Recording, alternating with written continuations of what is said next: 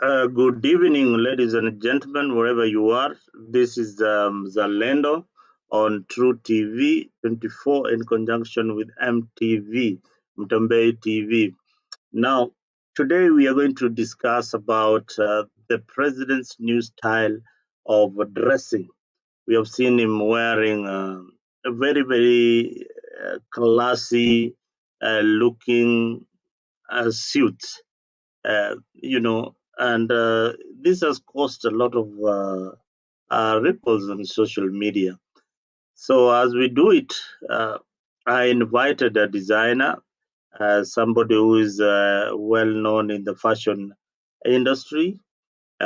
His name is Giovanni. Giovanni will be joining us shortly to discuss the president's new style. As you can see, I found it a very very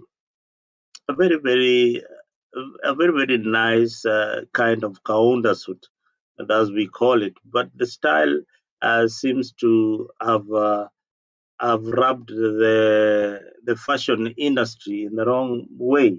And there's been a lot of discussion on Twitter. There's been a lot of discussion on Facebook about the president's new style of dressing. This happened when he toured Central Province. Yeah, he was on a tour on Central Province, and I looked at his shoes. I looked at the combination of colors, and I liked it. I liked it, but to the in the design industry and the people who design clothes, they are saying something different in the president's way of dressing. As a leader, there is a way you should always project yourself. To me, it looked very casual and casually smart, I would say. But to some people, they were saying, oh, the president was dressing in this particular manner. The president should involve expert in this industry so that he portrays, leadership. Yeah, he should not invite amateurs to dress him, but to dig deep down into the president's wardrobe. I have invited a guest, a designer, somebody who has been in the industry for a very long time, has worked with renowned designers like Fundi Frank. Uh, he will be joining us shortly. I hope he's not stuck in traffic. So Ben will be joining us shortly to emphasize or to teach us more about how we should address or how the President of the Republic of Kenya should dress and who should be dressing the President of the Republic of Kenya. So in my show tonight, I have Ben. Ben, if you're ready, I hope you've come into the studio. Thank you very much. I can see you.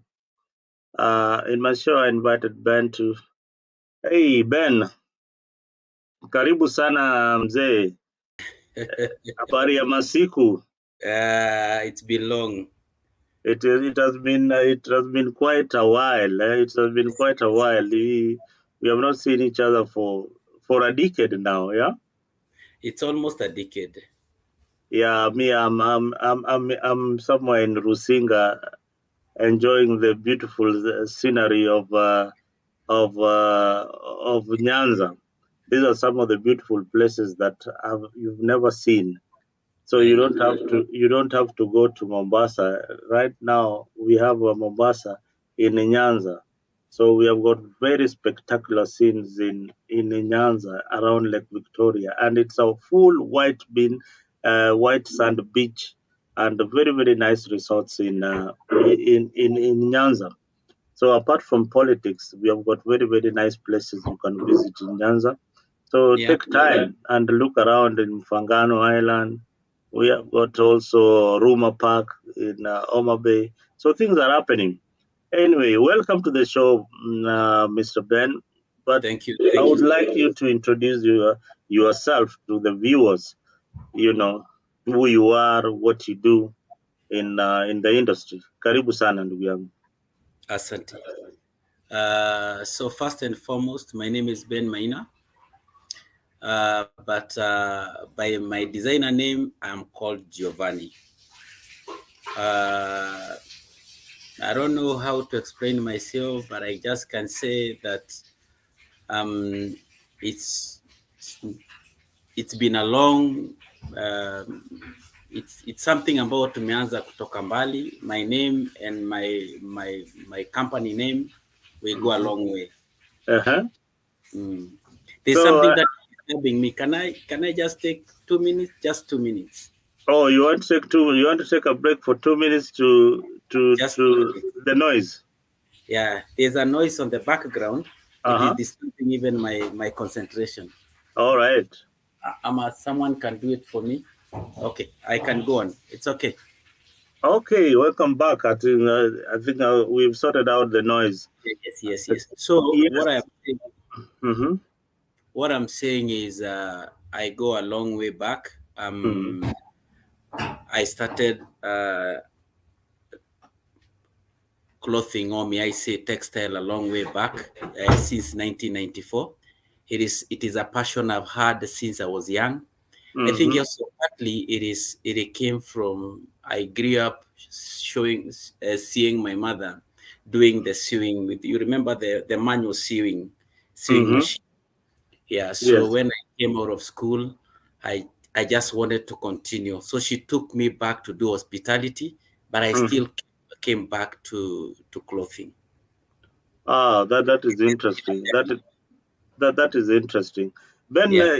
I saw you raising some issue on the president's new style of dress, and I also on your page I saw renowned designers like Foodie Frank commenting Yes. on the same.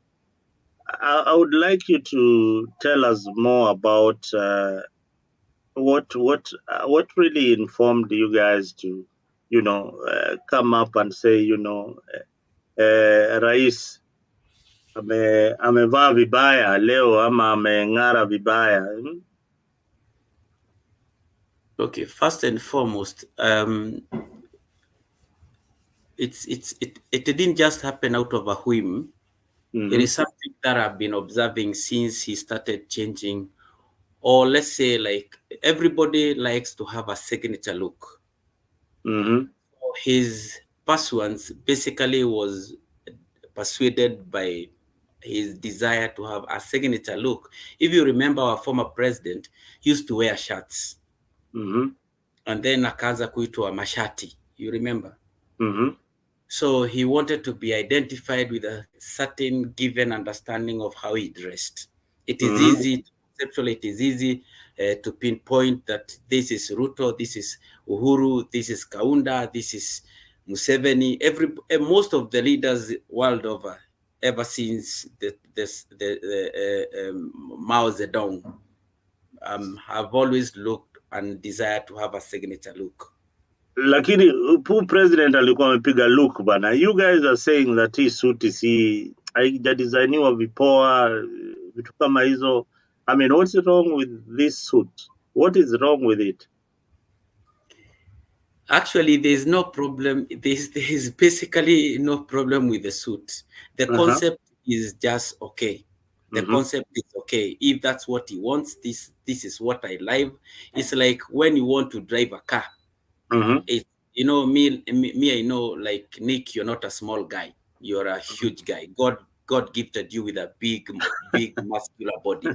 So I don't expect you to be driving a Vitz. You understand what I'm saying? Mm-hmm. Yes. So most people kind of start saying that hiyo gari ni ya bibi yake. You understand one, two, or three things. Mm-hmm. So there are certain elements of the design within that concept that is not okay. In particular, Mm-hmm. Go in ahead. part, in particular, the patterning aspect of it, the fitting aspect of it. The Mm. material might be okay, the concept might be okay, but the general dynamics of the garment is not okay. That's what we are just saying. Oh, the general Dynamics of the garment. are not okay. Yeah. How will I put it? Like the first time I saw, I saw it is it is not well designed. Mm-hmm. There has to be some balance and asymmetry within the concept which you want to institute within a garment. You can't put it's like also the configuration of colors. Mm-hmm. So there is also the element of configuration of fabrics. Let me give Mm-hmm. you a good example. Mm-hmm. We have natural fabrics Mm-hmm. and we have man-made fabrics. Mm-hmm. Cotton is a natural fabric. Mm-hmm. Wool is a natural fabric. Mm-hmm. We have man-made fabrics like polyester. We have viscose and the Mm-hmm. likes. Mm-hmm. So, and then we have fibers which are more resistant to weather than the others. In particular, when you talk about man-made fabrics, unless it is wool, most of like cotton is not. It is a bit more. It's a bit less resistant to weather. Like you cannot put a garment. You cannot put a fabric of cotton together with polyester. Mm-hmm. Within time, the polyester will outlast the cotton. There's Now, also the element of grammage. Every garment has its own dynamics of terms of grammage. Like you cannot do a fabric which is a heavier grammage for trouser and you wear it as a shirt. So I'm just talking about 101. wow. Okay. Okay. Okay. We are One, learning. We are learning from the expert. This is something that is so you, new to us. yes. So you go on. So we also do understand about the dynamics of fading and coloring and dyeing. So there is a process within each there's a process within which every garment, in particular man-made and natural fabrics. Mm-hmm. Natural fabrics, natural fabrics Mm-hmm. are not fiber dyed, they are yarn dyed. uh, Man-made fabrics are fiber dyed. What do you mean by yarn dyed? When you say natural fabrics are yarn dyed, so what do you mean by that? Okay, first and foremost, what you are wearing is a fabric. Now, Mm-hmm. first, what you are wearing is a garment. Mm-hmm. From the garment, there was a fabric. Before the fabric, Uh-huh. before the fabric, there was a yarn. Before the fabric, there was a yarn. Yes, Uh-huh. before the yarn, there was a fiber. There was a fiber. Uh-huh. You understand what I'm saying? And Okay. then before the fiber, there was the plant. It's either a plant or animal. Mm-hmm. All fabrics are either animal or Mm-hmm. plant oriented. Wow. Mm-hmm. You see, like linen, it's plant oriented. Or linen. Yes, Polyester. What wool about is mm-hmm. wool wool?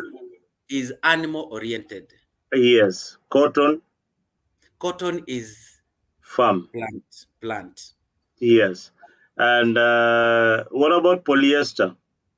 Polyester is man-made fabrics. These are byproducts of oil or plastic. Oh, so these are byproducts of oil and or plastic. Then why Yes. so if our plastics can make fabric and make some good garments, then why do we really discriminate? Why do we really dispose them off? And why don't we encourage them to be recycled into materials so that you can be used in the clothing industry? Ushaichoma nguo ya polyester? Have you ever tried to burn a polyester fabric? Umeniambia ushapitia karibu na moto kama umevaa polyester, you can melt, unaweza enda kama candle. Eh? You melt. You melt. So Okay.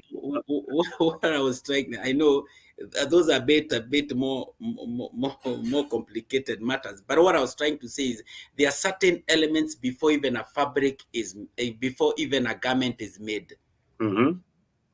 that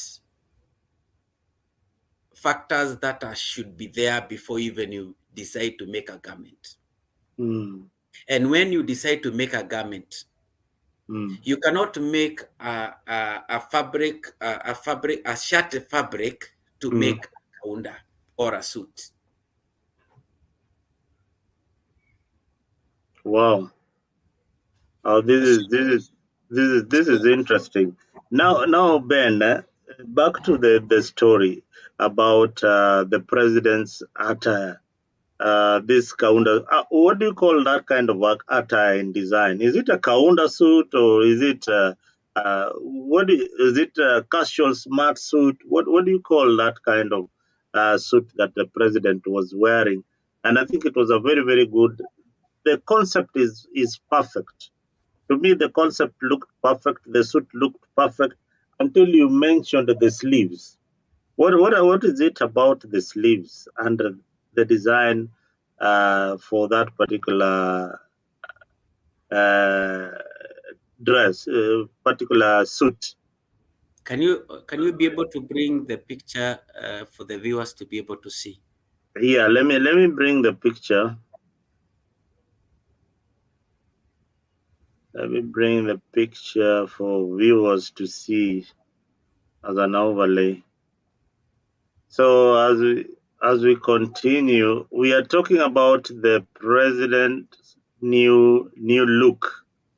Sisi tunasema amepiga luku. Mhm. Now, Now, yeah, this is it. What is the yeah. color? What is the color of this is this suit? Now, before we go to the colors, because the colors also dictate a lot about your complexion of your complexion. You Mm-hmm. cannot just go anyhowly and choose any color. Mm-hmm. Your complexion, basically when I mean about complexion is uso yako iko aje, we ni mtu mdark, we ni mtu mumelo, we ni mtu muyellow. You understand what I'm saying?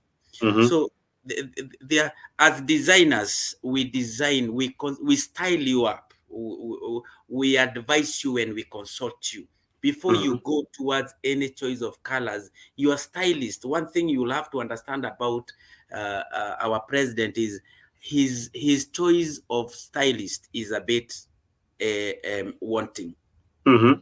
because the stylist has in particular has to identify the complexion of the president. Anything that you're wearing need to make sure that it brings the best out of you. You need to be sharp. There is a line in fashion that we usually say, the best designs make a man, make the best designs make Mm-hmm. the garment invisible.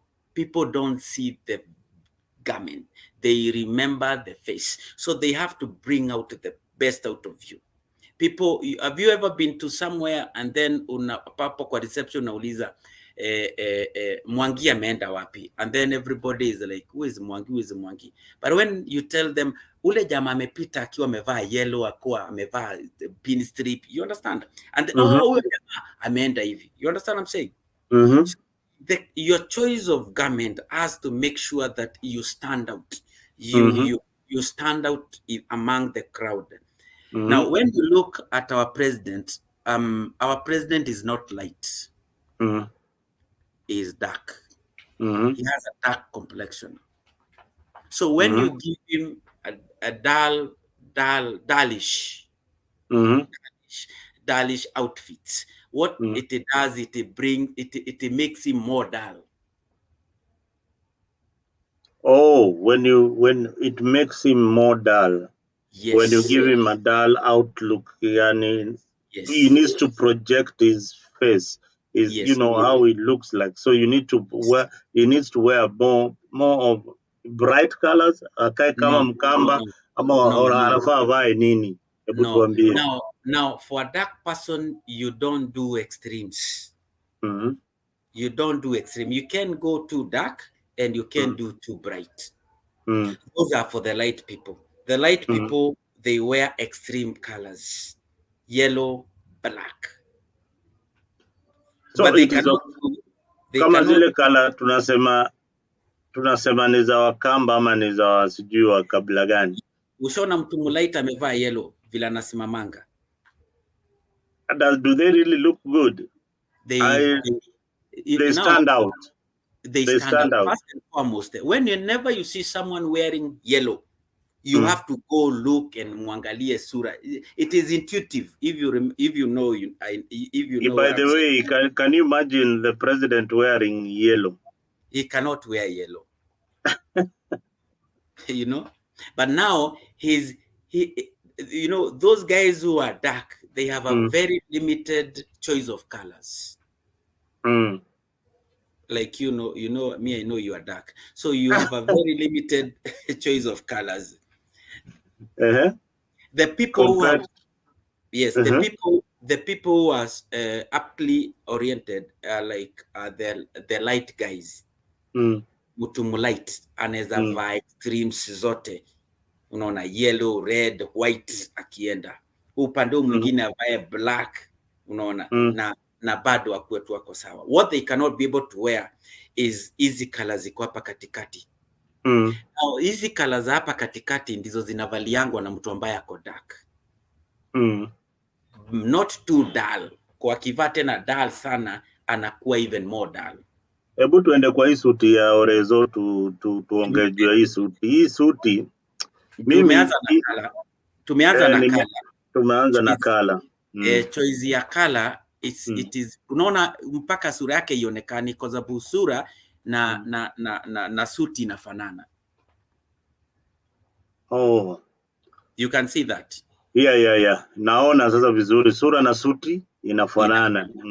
So you cannot be able to distinguish between the face and the suit.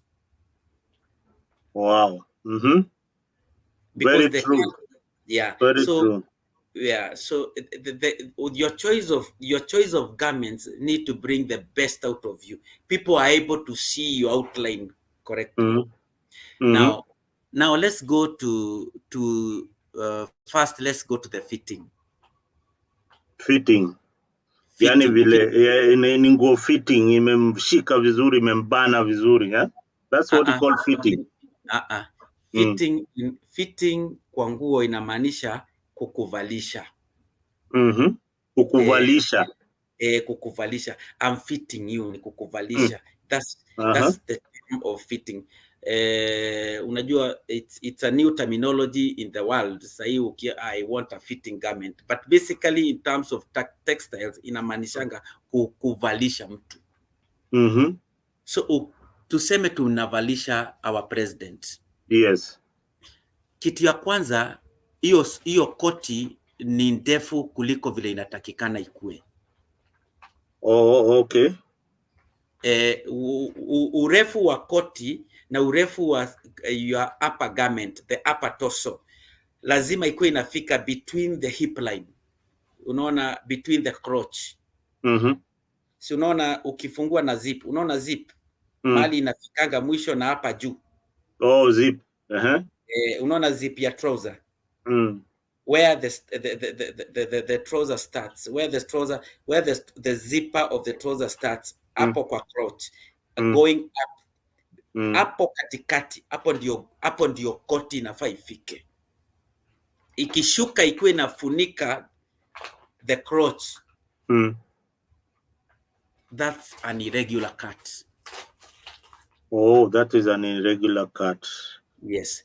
Now hiyo sasa ni fitting.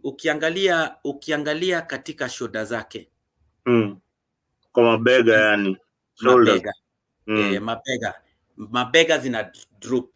Shoulders zinafaa zikuwe zinafika immediately where the arm is starting. Immediately where the arm is starting. Sasa hapo kwa nini? Hapa kwa shoulder blade. Point hapa shoulder blade, shoulder blade mahali inafika mwisho ndio shoulder yake inafaa ikuwe imefika mwisho. You understand what I'm saying? Now look at the hip line. Unaona hizo mifuko mpaka ni kubwa, unaona? Hizo mfuko ni kubwa. I thought that is the design of the clothes. Mfuko No, zikuwe kubwa. no, hatujaenda kwanza kwa mifuko, yani size ya mifuko. Nasema hapa kwa hip lines. Unaona hapa between ya hips. Hapa chini ya tumbo. Unaona there is so much space. It's so baggy. So a friend of mine wrote like he was saying that anavaa vest. When you are wearing a vest is a part of you. So basically vest, for the sake of viewers, you know, you are not talking about a normal vest. Are you talking about a bulletproof vest, or what are you talking about? So when it's okay, so bulletproof inafika mpaka huko chini ama inakuaga tu hapa juu? That's the other thing. The bulletproof basically it's made kufika mpaka hapa kwa navel. Kwa navel hapo kwa maribs hapo chini kidogo. Chini ya tumbo hapo kwa navel. Hiyo kitovu. Hiyo kitovu, umbilical cord. Just slightly like 2 inches or 3 inches hapo mpaka hapo. Because hapo ndio huwa kuna the meridians, hapo ndio huwa zinapatana na hapo ndio nini zote zimeshikana, so bullet ikakuja ikakuchapa hapo, inaweza pasua the line ya kidneys. So huwa inateremshwa mpaka hapo chini ya navel, then kama iko and then it is so fitting, huwa iko inakubana, so kuna vile unaweza sema ni jacket umevaa juu ya jacket. It becomes a part and parcel of your body. That's one. The second, the man was in the State House. So lazima kuwe na nguo zile ambazo anazivaa wakati ule ako indoor, when there is enough security. Alafu kuna zile ambazo anavaa wakati ule ako kuna occasion. So sasa huwezi sema alikuwa amevaa bulletproof. Kwa hiyo alikuwa anaenda kwa cabinet meeting. No, Ben, this is a president on tour. Sahi hapo ako kwa compound yake ya Ikulu, anatembea. Yes. Yes. So and that's a maximum security. Yeah, so it requires, yes, maximum security, because there have been people who are, because Sagana, the lodge was opened for the first time, everybody came in. Na watu wakakula mchele. That's also another topic of another day. Ikasema watu walikula mchele hapo sana katika hiyo sherehe. Now so, you are saying that the attire of the president should dictate the particular function that he's attending. Yes.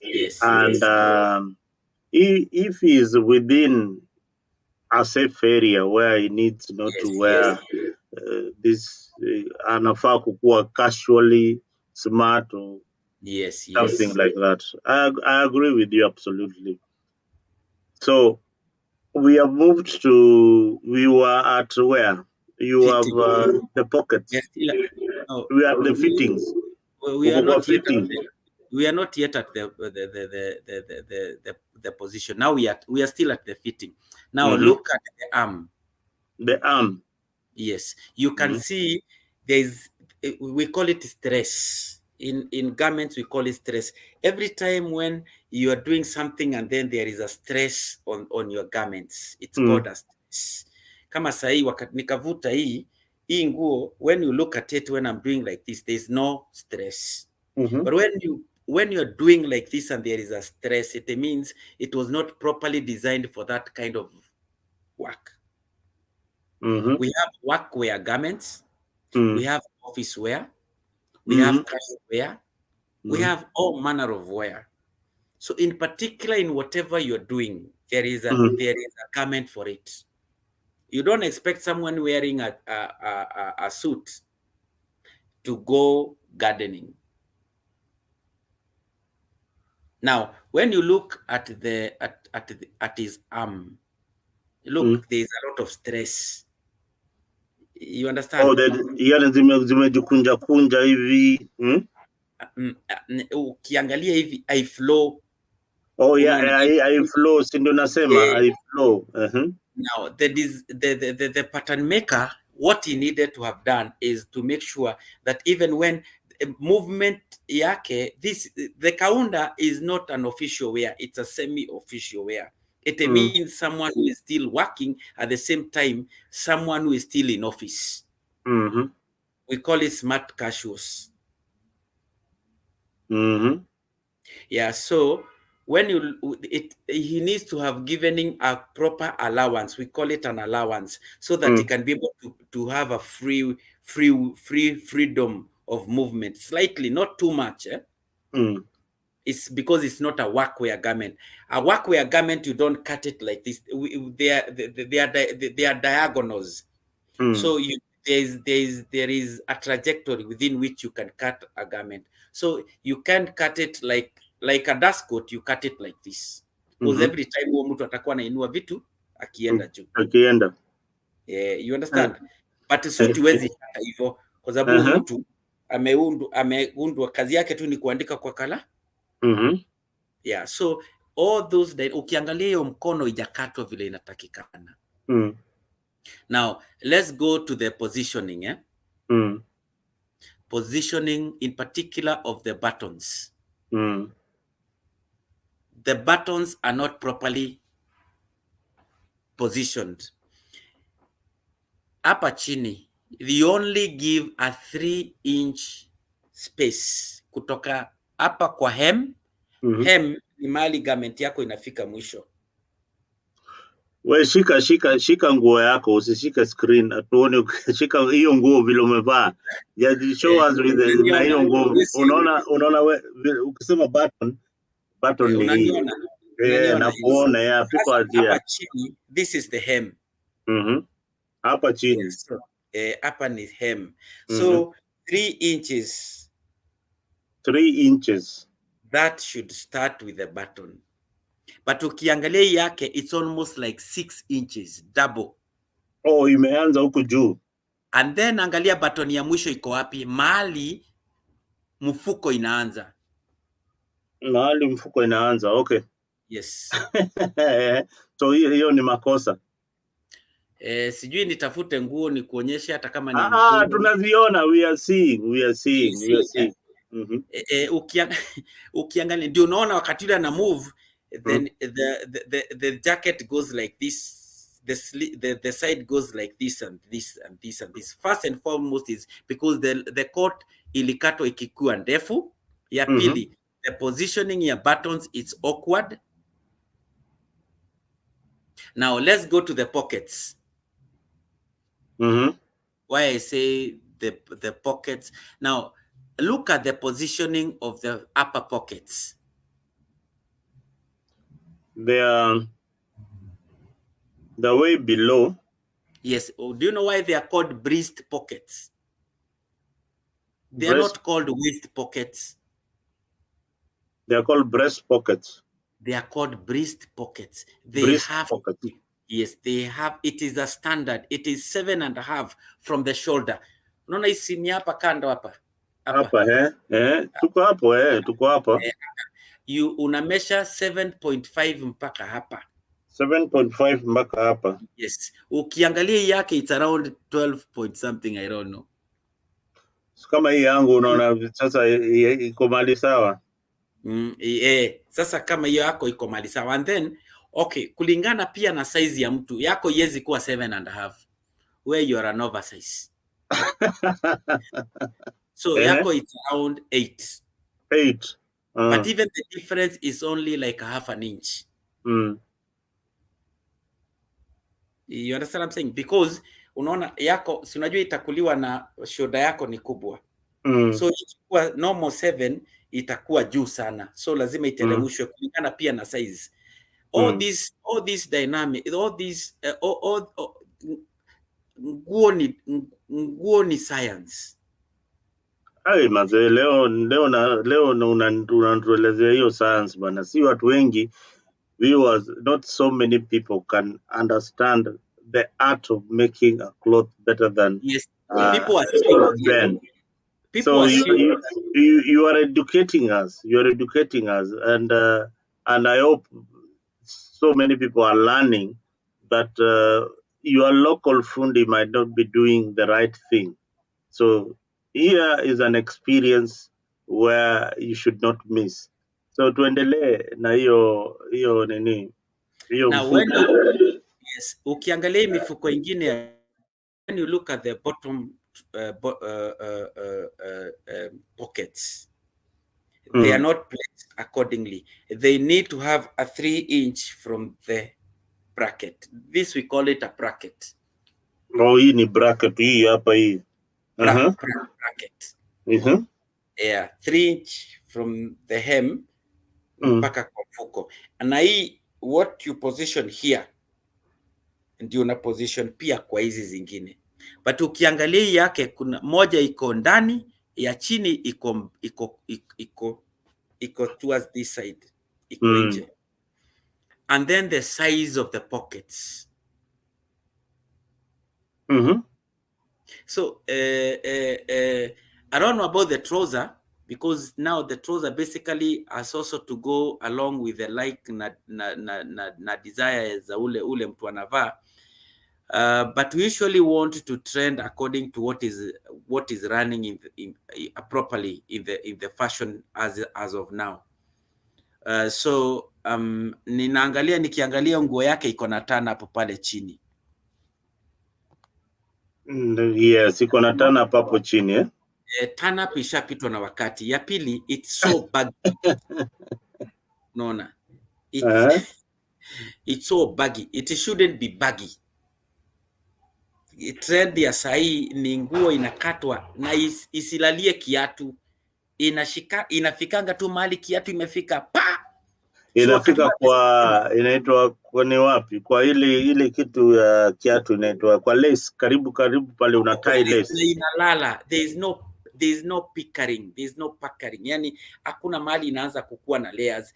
That is the trend as of now. So the person who styles the president in a smart, now his choice of garment, it goes way back wakati wa Mao Zedong. This is communist kind communist of style of dressing. Yeah, yes, it's Marxist.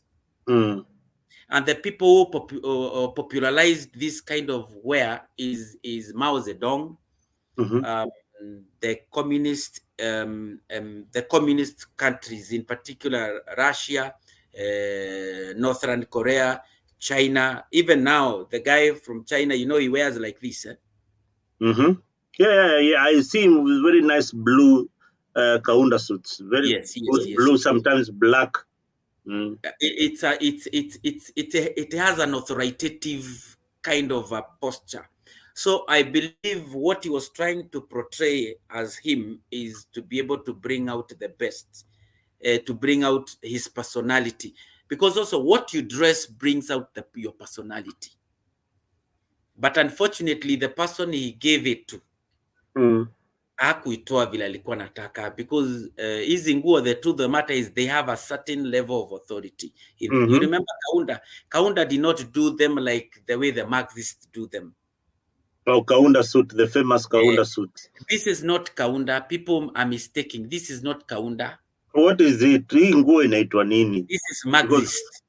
This is Marxist. Is there a clothing line inaitwa Marxist ama hiyo ni yako tu umecoin hapa? No, si yangu, nasema this is, I'm saying Marxist kind of leaders tended to wear like this, and still I saw even the late Jaramogi Odinga, the late Jaramogi used to wear things like that. He was Russian, you remember? Yeah. Even Raila sometimes tries to wear something like this. It's not. Yeah, even Raila wears something like this. Are they communists? These leaders are communists. It's a communist. It's a communist origin. No. It has a communist vibration.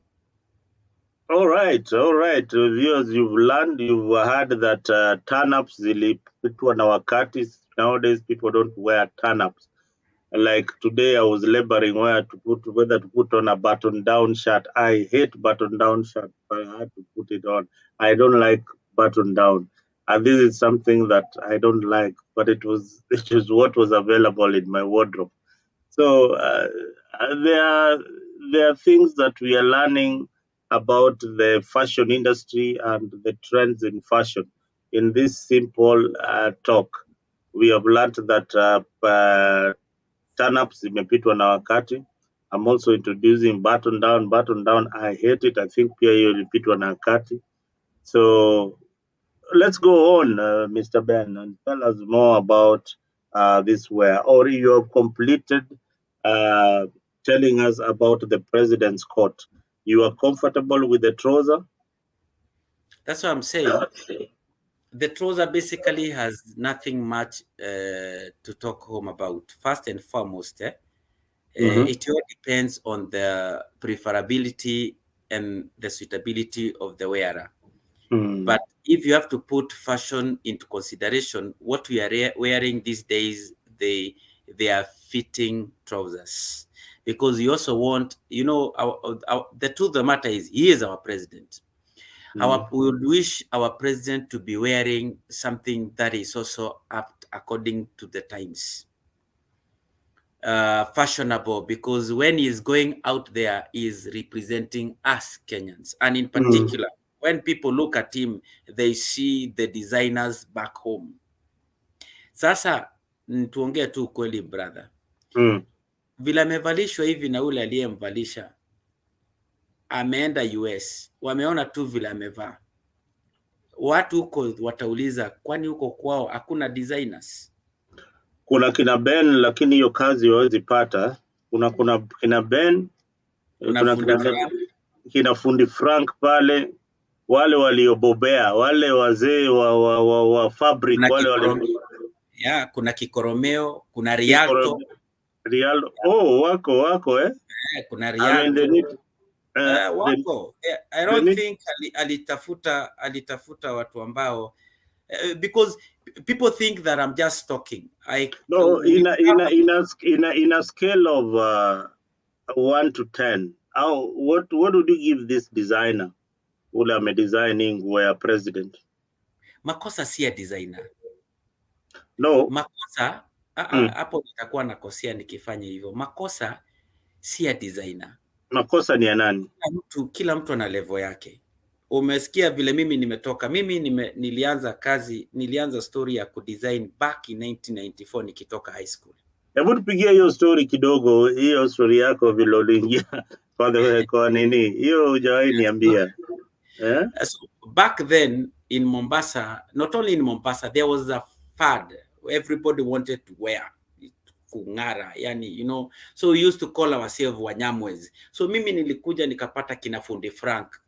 Fundi Frank walikuwa wako mbele wameng'ara. So I remember sisi pia tulikuwa na fundi, tulikuwa tunapelekea madesign zetu, anatutolea vile anataka.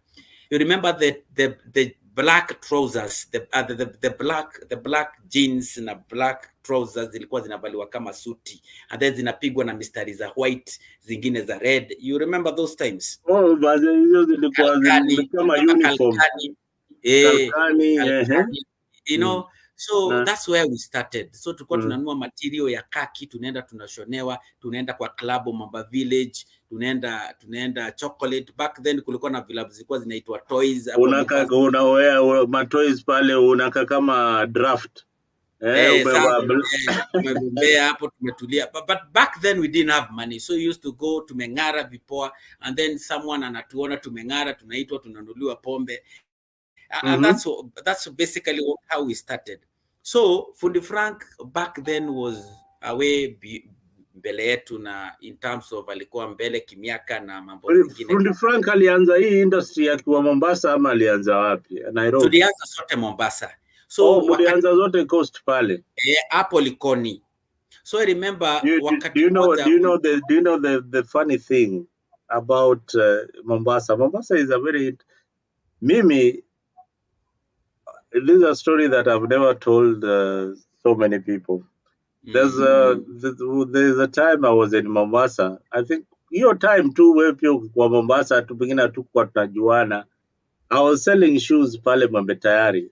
And funnily, the Coastarians in Mombasa, I didn't know that viatu zinatolewa pale kwa meli zinawekwa hapo hapo Shimanzi docks. Mm.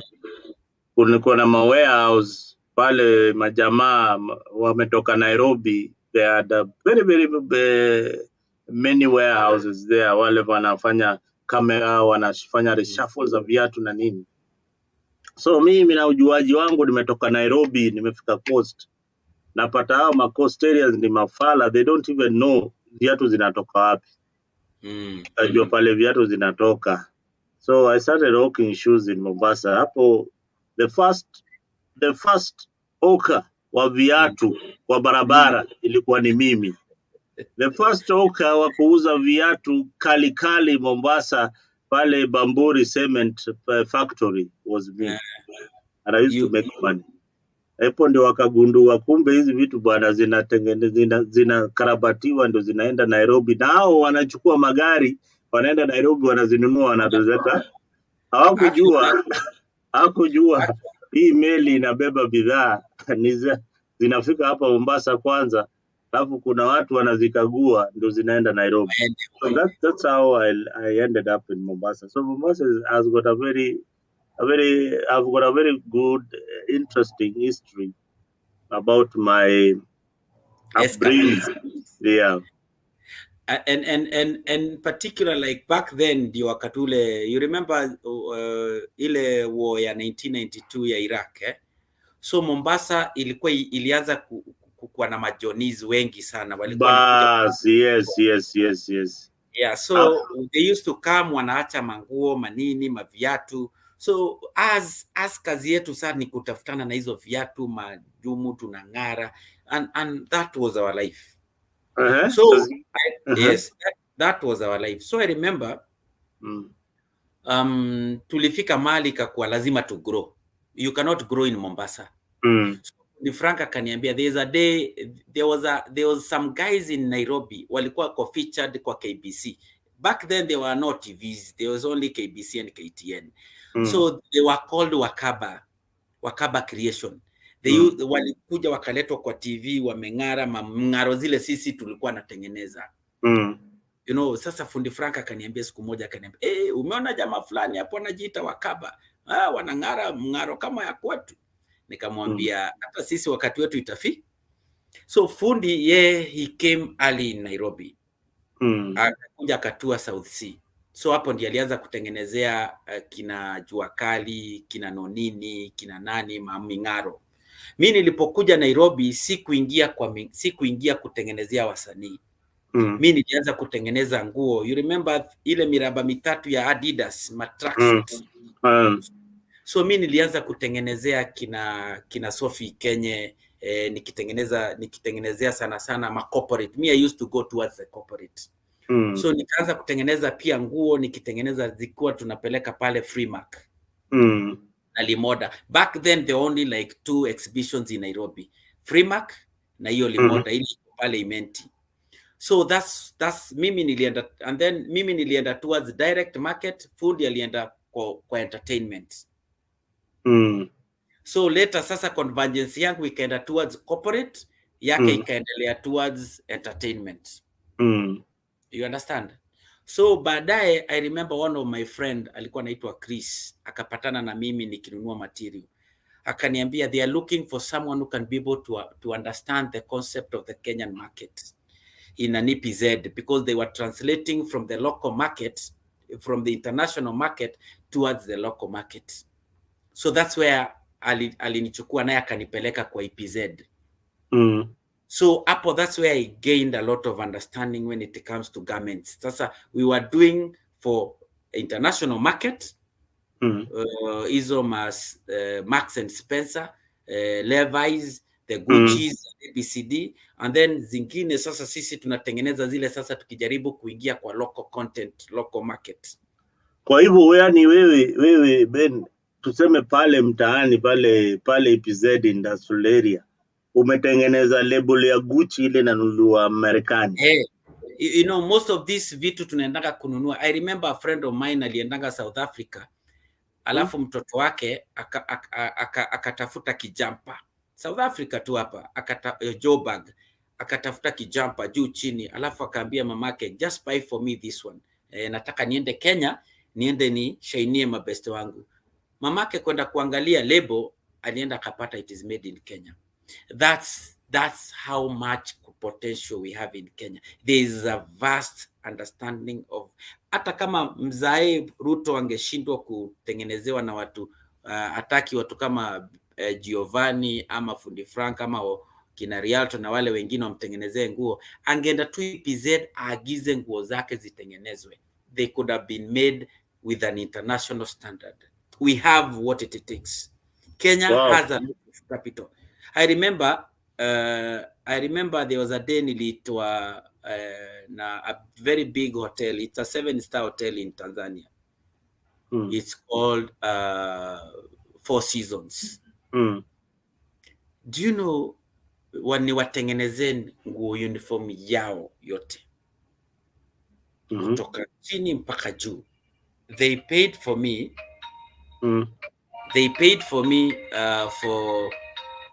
for freight ya kwenda na kurudi, kwenda kuangalia concept, nikarudi tena kutengeneza samples to and fro KQ, and then kufika Arusha ninakuwa chartered na flight, napelekwa mpaka huko ndani huko msituni nini hoteli kwa hoteli ndani, and then kutoka huko mpaka nikamaliza kazi zao.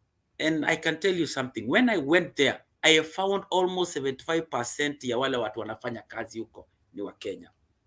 No, Kenyans are known in the hospitality industry. We are the best within East Africa. I think we are the best. Mimi mwenyewe they outsourced a Kenyan kwenda kuwatengenezea uniform. Huko ni kumaanisha hata watu ambao wanaweza tengeneza vitu serious huko TZ hakuna. So that shows and tells you, I am not saying that it should be Giovanni or otherwise, but there are so many Kenyans ambao, huyu jamaa ambao ametengeneza hiyo nguo, si ati si mchezaji, but kiwango yake, kila mtu ana kiwango yake. Kuna kiwango ya kati, kuna goalkeeper. All of us are players. But when it comes to a certain, wakati ule coach anaangalianga anaona wamefungwa mabao mawili, aendagi kuchange keeper ama defender, si anatafuta striker. Anatafuta striker matata. Aende afunge akomboe hizo bao mbili. Oh yeah. So level ya huyo jamaa ni ya hiyo wakati. Within time he'll be able to mature na aweze kuelewa the dynamics of everything. Na ana watu wake ambao wanafaa kuwa na undia. But ikifika ni kwa president, that's a different level. I saw you emphasizing that you couldn't, you didn't mince your words. The president is a national figure. The president ought to dress in a certain manner. The president needs to not dress ridiculously for people to come out and start commenting that, hey, huyu alivaa namna gani. The way you dress portrays who you are as a president of the Republic of Kenya. So whoever is dressing the president of Kenya, Dr. William Samoei Ruto, kindly listen to this argument. It has been on social media. It is all over social media. And especially the comments from people in the industry, people who know more about fabrics, people who know about dressing codes, people who know about presentation. People like Ben here are out here. They give free advice, and that's why we appreciate social media. Without social media, some of these issues could not have come out. I believe in the next, if you watch the president in his next functions, his suits will be well made, well tailored, and possibly they'll call you and say, hey Ben, hebu kuja oka wewe utupatie hii knowledge uko nayo bwana. Hapa ndio yangu kwanza ni Urezo akuwa amesimama, they usually say everything rises and falls with leadership. At the moment the leadership is mediocre, we will also tilt to mediocrity. Yeah, you are right. I mean, we don't lack creative minds in Kenya. We don't lack ideas in Kenya. The ideas are out there. It's only that maybe they have never been given the platform to showcase their talent and to express their idea in whatever field, be it in engineering, be it in design, like you're doing right now. From this particular show, hey guys, viewers who are listening, who are watching, I can see a number of viewers watching. Please subscribe, like, and comment on this particular show. We want to bring more educative shows like this. Ben is not only a designer, um he's also a business consultant. Did you? I think you mentioned that you are a Yes, business consultant. Maybe you yes. can tell us about your consultancy work, what you do out there that that people can learn from. You know, some people you want to do a business, you have the money, you don't know where to put your money. Are you the kind of person who will be telling people to invest on WorldCoin, or are you the kind of person who will be telling people to invest on Bitcoin? Or are you the kind of person who will tell people to invest in farming? So these are the kind of talks that we want. We don't want, most of the time, our country is so politicized. If you walk into any social platform, sometimes it gives me an headache. So we need to relax our mind, talk about things that really affect us, talk about things that bring humor. Like I told you, the background there you are seeing is in Rusinga, is in Rusinga in Mfangano Island. We have got very nice resorts that people don't know about. So we have to showcase our beauty at the same time we showcase our talent. And in this particular talk shows, please subscribe, like, and if you want to appear on this show, give me a shout. Tell us what you want to talk about. We'll give you a platform to educate more Kenyans. Ben, can you tell us what you do in the business industry? Okay, first and foremost, myself, I do supplies. I'm still in the line of garments, Mm-hmm, that textiles. I supply to five-star hotels. That's my niche. Because I understood the need and the desire of the perfection and the good products. I used to do bespoke products, but I stopped. Basically, it's because very few Kenyans understand what it is to make a garment.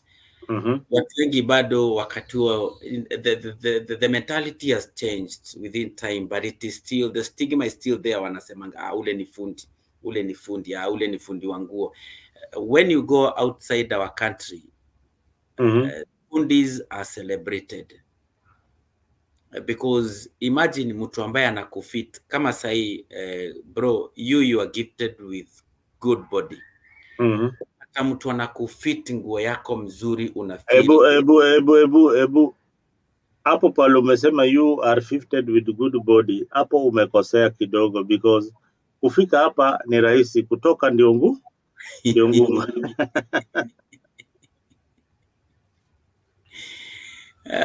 But let me tell you, Yes. something. Whenever you enter somewhere, Mm, wewe mlango yote inafungukanga, because every person ana believe hiyo mwili yezi kuwa inajengwa na mbao. mm, Yeah, so and what I'm trying to say in my line of work, fundis are not appreciated. That's why nimesema sita bash huyo fundi ambaye alitengeneza hiyo nguo ya president. What I can say is it was upon the handlers to identify aptitude within everybody akona level yake. You understand what I'm saying?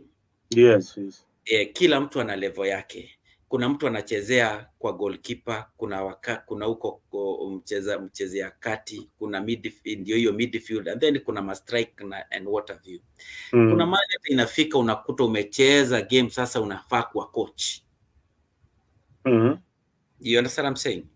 Yeah, I'm understanding you. Yeah, so what I do is I conceptualize designs, mm, I produce, and I deliver. mm, I do fitting, I deliver to majorly most of the five-star hotels here in Nairobi and within Mara. mm. Yes. Well, thank you for the good job Apart, that you're doing there. okay, apart from that also, I do Mm, business consultancy. mm, I consult people according to what they want to invest in. mm, Kenyans has a habit of akishapata pesa anafikiria tu mi naenda kufungua matatu na huwezi mwambia anything. The moment kwanza unaenda kumconsult na kuangalia wewe uko na nini. mm. God has not equipped us that way. Mmoja amepewa pesa, mwingine amepewa Mwingine akili, amepewa mwingine akili. amepewa mwingine amepewa mwili ya kubeba hiyo stone kuimake sure imekuwa nyumba. Mm, Wewe na pesa yako huwezi jenga hiyo nyumba. You understand what I'm saying? So the mm. same way, Kenyans, that mentality they usually have, that mtu akipata pesa yeye anaweza jiambia anything. The first mistake they do is not to do research. Research is crucial in any enterprise. Understanding of what you want to do, and then the know-how and the know-how of how to implement that. And above all, you need also to have uh, your source of, you understanding the source of your raw materials. You need also to understand where you're going to get financing.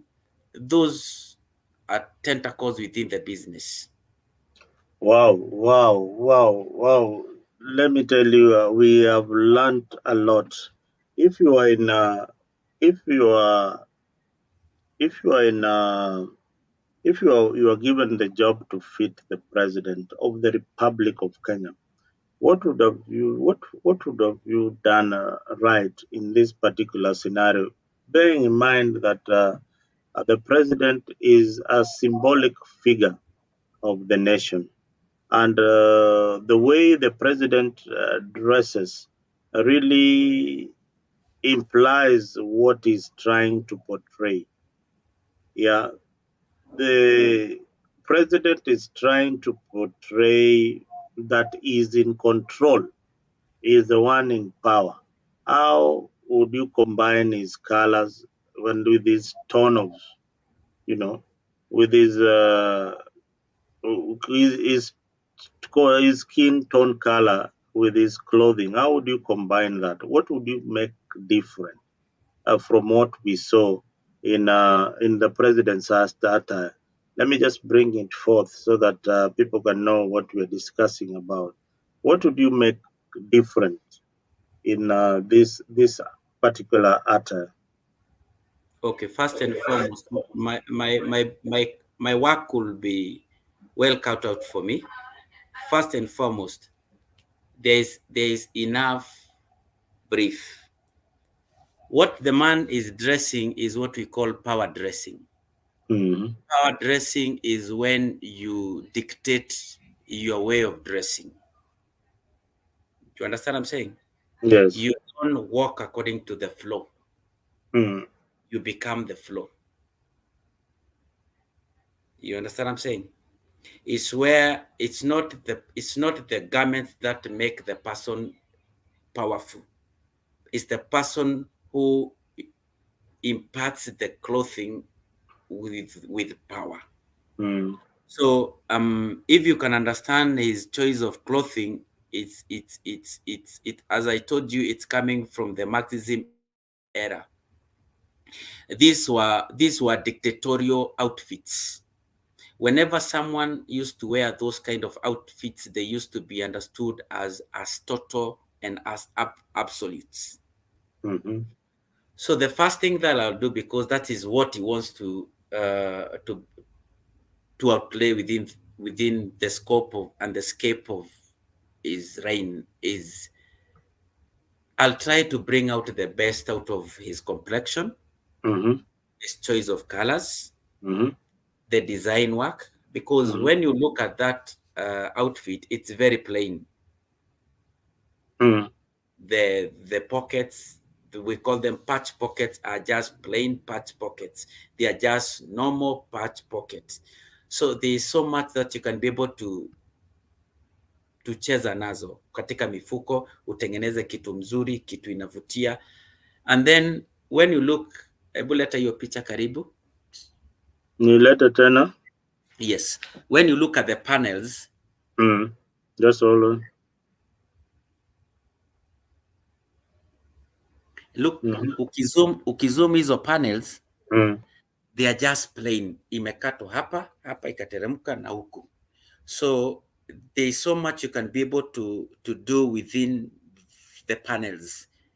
The pattern unaongeza madoido madoido, kitu labda ikuwe imekatwa hapa kidogo, ikuwe na line zingine, hii mfuko ikuwe hata ina hizo flap, ikuwe kuna flap king. Yani there is so much you can be able to cheza within that garment, not just do it them plain.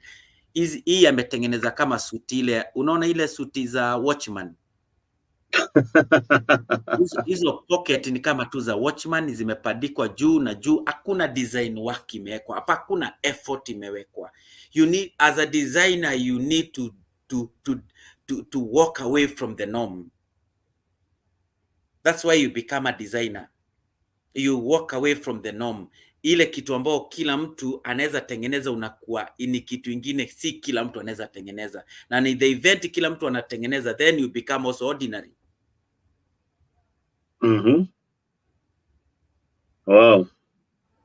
So there's so much you can be able to do, because without taking away the concept, because the concept is his choice, that is his brief. However, there are times they give you and they tell you, oh, I want you to do a signature look for me. So this is his signature look. That's what he has decided to work with. So from what I gather, Ben, if it was color, if it was from this conversation, he should have toned it down. He should have made this color lighter, a lighter shade of the same color, Yeah, a lighter shade of the same color. Yeah. So you should have a lighter shade of the same color, maybe a variety Yes. of lighter shades of 3, because this color you can get maybe the light shades of it, maybe 4 or 3 times the light shades of that same color. Let me give you a good preview. Let's start with the color green. Within color green, the most shouting color within green is, we call it luminous green. Yeah, luminous. Luminous green. You understand? No, let's start with the reflective green. Yeah, that one that shines. The reflective green is that we use for traffic, police, and ABCD. That green. Yeah. Now then we have the luminous green. After the luminous green, we get a darker shade. For you to be able to understand, let it call Safaricom green. Army green. No, army green iko huku chini. Oh, okay. Army green iko mbali. No. So after that utapata kuna olive green. Wow. Kutoka olive green, kutoka olive green zinateremka zikienda mpaka zifike huku jungle green, within even just green. There is so much we can be able to identify certain green anaweza kuwa navaa. Like olive green can do very well on him because he's not shouting, it's not dull. Now let's go to orange. We have reflective orange. We have luminous orange. We have normal orange. Then we have burnt orange. Zikiteremuka hivi mpaka zifike huko karibu brown. You understand what I'm saying? So all these colors, there is so much you can be able kucheza hapo nazo katikati, na tumuletee vitu ambazo zitakuwa zina make sure ana stand out na ako unique na inamvutia sura yake na you know whenever you wear something that you feel good about, you're also confident, you know that. Yeah, yeah, yeah. You stand out. You feel comfortable. You want people to notice what you're wearing. Yes, yes. You Eh, feel You, you are it the makes man. you, Hmm? yes, it makes you to exude confidence. And Yeah, whenever there's you are confident what you're doing, like me, when I wake up in the morning, it's amazing. But before I sleep, I usually know what I'm going to wear tomorrow. you have a good wardrobe. No, no, no, not necessarily that. And then at every given time, like for 6 months or 1 year, I decide on what kind of dressing I'll be wearing. Like for this year, I've been wearing just jumpers and jeans. This kind of jumper. Hmm. Did you Yeah. design that or you bought that? No, this I bought it. Now Mm-hmm. the others that I have designed, but Mm-hmm. you just called me like when it was impromptu. Mm-hmm. There are Wow. times I decide that I will be wearing linen. So that month is just for linen. Yes, so for that month, I just wear linen, linen. I can wear linen in the morning, no, linen today, linen tomorrow. So I change black, white, gray, moving towards that. Mm-hmm. Designed, plain. You understand what I'm saying? Yeah, So, but it depends on the occasion also. You know, you cannot wear just linen on a day you are going to meet to have a very important business meeting. Yeah. So all these wares that you're talking about is in my it line of depends. work, Mm. in my line of work, dressing is my part. For you, it might be different, but for me, when I wear linen, in particular, like when I'm doing a presentation. You know what I'm thinking of about this year is to have a different kind of dressing. I'll be wearing the same shirt, same style, but I'll have many same color, but I'll have many of them. You understand? I Yes, yes. Now so so that so yes, that no, I have what do that's you what we call call that? signature. That's what we call a signature look. Like everybody when he sees you, He anajua ule knows ni that, yeah, he knows that, yeah, they'll be calling me with that look. If it is an unakumbuka American, Jonjo. Do you hmm? remember Jonjo? You remember Yeah, Jonjo? Jonjo with his striped Pin strip. suit. And they were all of them were blue white with Hmm. blue with white pin strip, black with white pin strip. He never did any other color, either black or navy blue. Hmm. And Jonjo. Oh my, that guy used to dress nicely, man. And people copied him a lot. People Yes, copied yes. Njonjo a lot. People copied his dressing style, and he, he passed on. Yeah, Yeah, that's what we call vintage look. hmm? His mode of dressing is we call it vintage. It's Vintage, yeah, it's more Victorian. more British or more what? When we say Victorian, Victorian we mean from the year the first queen of the first Queen Victoria. Mm-hmm. Like huyu tulikuwa naye alikuwa anaitwa Queen Victoria the second. Oh yeah, Queen Victoria the So second. So, there was the mm-hmm, Queen Victoria the first. mm-hmm. And the Queen Victoria the first, that's when there was a robust mode of dressing back. That's when there was a renaissance of dressing. In the So whenever political, someone eh, tells you that's a Victorian mode of dressing, mm, is kind of telling you like that is when people started putting emphasis upon dressing. wow. And there are some dignitaries in Kenya that dress very nicely. I like the way Ababu Namwamba combines his colors. He knows how to dress. What do you think about his style of dressing? No, he's passable. The good thing about Mwamba is his body is he's been able to trim it to an acceptable limit within. You know, the other thing about dressing, Bwana Nick, it also boils down to your body. You can say that uko na kitambi kinatoshana huku Kama mbele, hii yangu. hauna.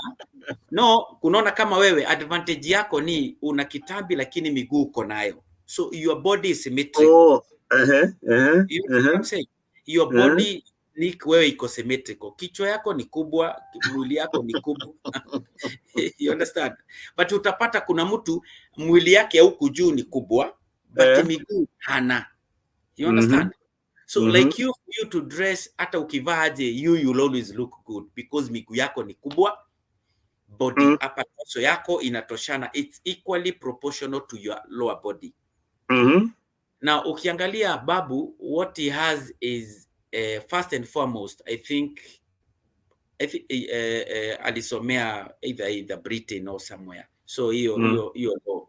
So alilearn from kitambo. He just wears Babu wears modestly. Me, I won't tell someone who wears suits to be someone who wears spectacularly. I would love to see someone who goes out of the way, because suits are something which are normal. You can go to a shop and buy. You know, the choice of our president choosing to wear what he has chosen to wear, that calls for someone who has a different mindset.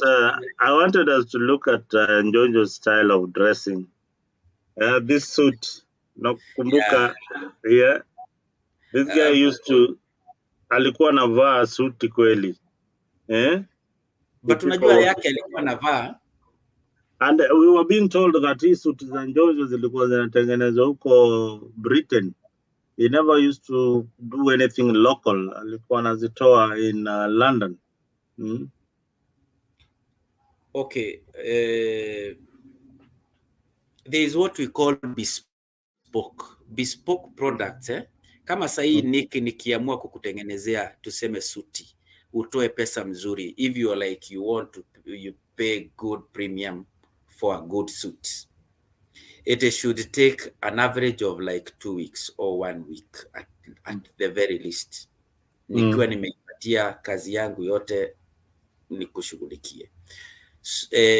Outfit aishonangu vile huku tunashonanga masuti ati unaenda unapima mtu, unaenda unakatakata unampelekea. Ni first and foremost is what there is the fitting, akuja kupime, aende afanye tacking, aende afanye patterning, akishafanya patterning, then aende akate. Akishakata nguo, then anafanya what we call tacking. Tacking ni hiyo nguo ijashonwa, ijaguza mashini, inashikanishwa tu na mkono, and then anakuja anafanya follow up ya kuja kukufit. Kama kuna any adjustment inafanywa akiwa hapo na tacking. So nguo ikionekana imekufiti vizuri, that's when kama kuna any alteration, he goes back again to the pattern, ana adjust the pattern, anaongeza ama anatoa, then he goes back anakata material ingine. You understand what I'm saying? Yeah, so kama ama president, awashoni yangu nguo vile sisi tunashonanga nguo, tunaenda kwa fundi anakupima, ati unamuuliza nikuje lini, ati kuja kesho kutwa ama kesho. Hapana. That's why I was wondering, ule mtu amefanyia President Ruto nini hiyo nguo alitengeneza aje? Because there is a protocol within which how to go about making for a VIP, and that is not just a mere VIP, that's a VVIP. You know, you tacking and then positioning kila kitu kabla nguo hata ijachomwa, ijaona mashini, ni vitambaa imewekelewa, inakuja na kufit kila kitu, utaona tu ina mauzi mingi. You understand what I'm saying? Inakuanga na mauzi mingi. Kama mkono ukikuja uvae nione mikono ni ndefu kulingana vile inatakikana, I adjust. Saa hiyo mpaka wakati ule nina make sure kila upande imesimama, because you want to pay a suit ile unalipa pale River Road ya 20,000 ama 10,000. you'll be paying in an average of 250,000. The Well, essence, the essence is not about the fabric ile imetumiwa, but the process. ile imefanywa. Yes, ile process umetumiwa, because huyo mtu ameacha kwenda kazi zingine, amekushughulikia tu wewe suti yako. Mm-hmm. You understand now the dynamics of production. That's why when you go to the, I know you've been to the US. Yes. And you've stayed there for quite some time. You understand how tailors and designers are celebrated, because it's not easy to do an outfit. Why Kenyans are always crying about food is it because they don't pay them good enough money. Hawalipwi vizuri. They don't pay. And now let me ask you something. You pay a fundi a certain amount of money and then una expect akutengenezee kitu mzuri na hajalipa nyumba. So kesho akiletewa kazi ingine atachukua kwanza, achukue ya mwingine, achukue ya mwingine, aconsolidate kwanza, alipe nyumba, and then nyinyi aanze kuwatengenezea pole pole. Well, I think we come to the end of this particular show and we ended up in a very high note. Wale mafundi local. I remember my mother used to send me, alikuwa anatengenezewa hizi vitenge pale Isili Market, and then akagraduate kuwa na I think ni Wazaire walikuwa wamekuja wanatengeneza manguo. Then there was some Luos in the city center who used to do very nice kitenges hapo around inaitwaje pale tulikuwa na ofisi pale juu pale kwa hiyo area inaitwaje hiyo? Biashara Street. Yeah, not Biashara Street. This other street that when you're going towards Coast Bus, there's Accra. there used there's Accra Road hapo. There used to be a very good fundi Mjaluo alikuwa anatengeneza masuti na anatengeneza mavitenge ya mama mzuri sana. Then I remember the revolution of the industry when we were growing up. Unakumbuka viatu za Odiwuor, moccasins za Odiwuor. Odiwuor used to sell the best moccasins. Zile viatu tulikuwa tunatengenezewa when we were from high school. Haukuwa unaenda na viatu za bata. Odiwuor alikuwa anashona viatu pale Tomboya Street. Alikuwa anashona viatu, maybe that time you are in Mombasa. Odiwuor alikuwa alikuwa anashona moccasins. And moccasin all over Kenya. So watu wanatoka Kisumu wanaenda hapo kwa Odiwuor anashona moccasin. That guy was a brand. In fact, those are the kind of people wale wangetafutwa if they are still alive. They would be revolutionizing the shoe industry. Wangekuwa na bata. On that note, let me say, when I came out of the EPZ, one thing I can tell you is about the late President Kibaki. I just want to add upon what you had just said about Odiwuor. If he had a proper investment put upon him. Now, Kibaki did a lot for us. We were able to open our own production units. He empowered us. We were able to get loans through the banks and ABCD. So if the government can be able to have a good platform, it can make a good platform for entrepreneurs, people who want to start. You understand what I'm saying? So, and then identify those people who are apt. At the same time, also be able to understand and put away the bureaucracies for us getting financing. The other thing is like the persons and other people who are doing like production and outfits for someone like the president. Tukaweka ukabila chini, tuweze kutafuta mtu ambaye anajulikana, mtu anajua kazi yake, and then kwa uwezi anza huko chini, lazima uanze huko juu, ndio wale wako chini wasome na wale ambao wako juu. Uwezi enda tu kuambia mtu nitafutie ule mtu ambaye unajua ni fundi mzuri. as the president. No, lazima ye mwenyewe akuwe na understanding that we need an experienced person to do this and that and the other. And then the same impetus pahali Kibaki alitufikisha, tutaweza kusonga, kwa sababu bila president kama Kibaki, let me tell you something, mpaka leo hii sekta ya nguo ingekuwa bado inadominatiwa na foreigners.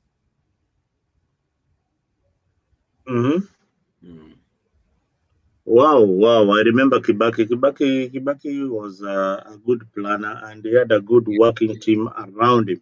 That is what made his legacy shine. As you just said, the president has also come up with the Al-Salah Fund, which I think is being revamped.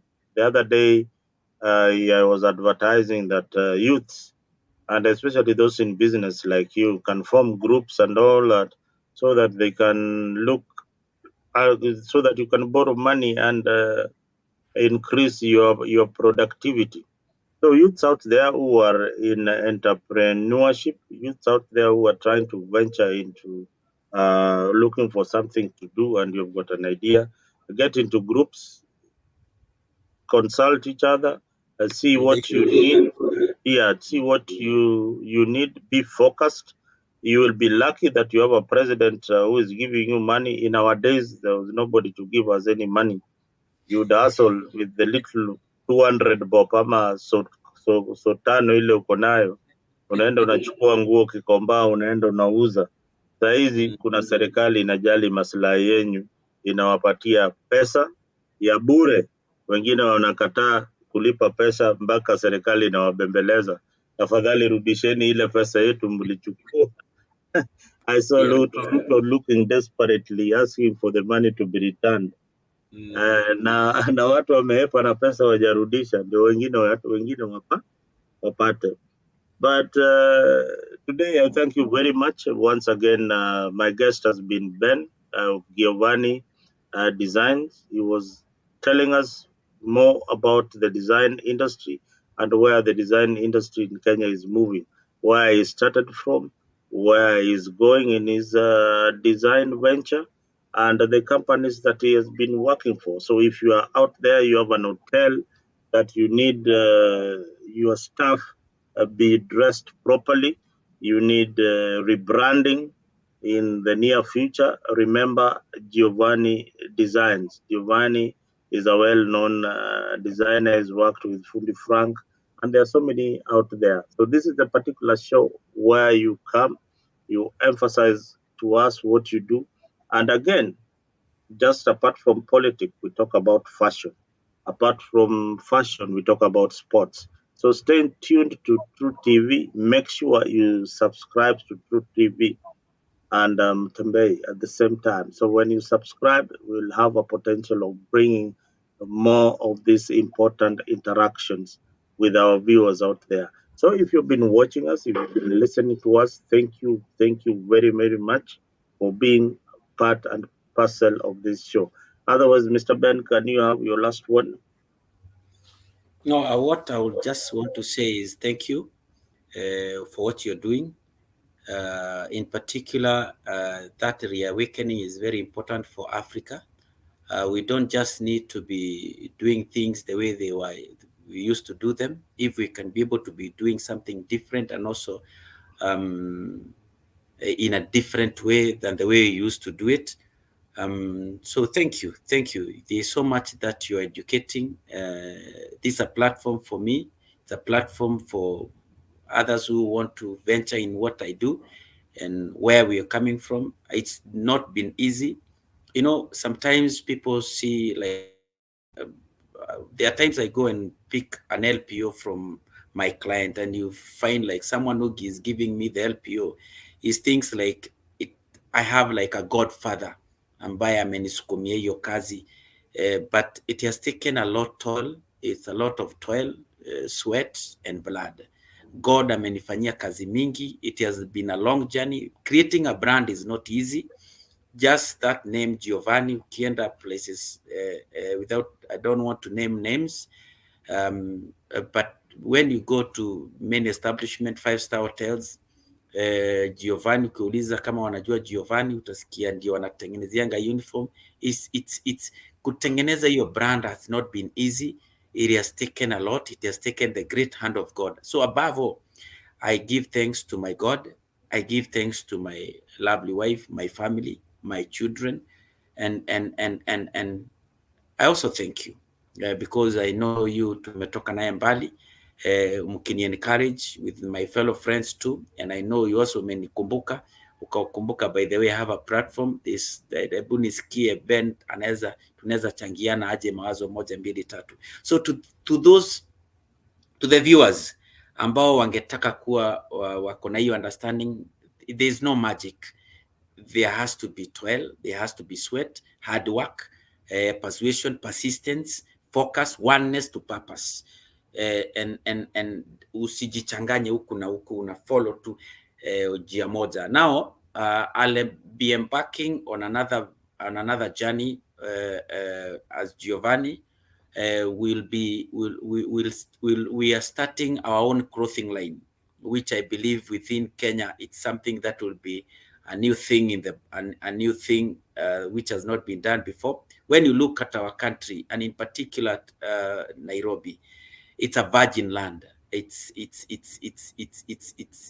uncharted. The place is uncharted. Most of the products that you buy are either from China, zimetengenezwa en masse. So we are bringing something different, a concept which is within our boundaries.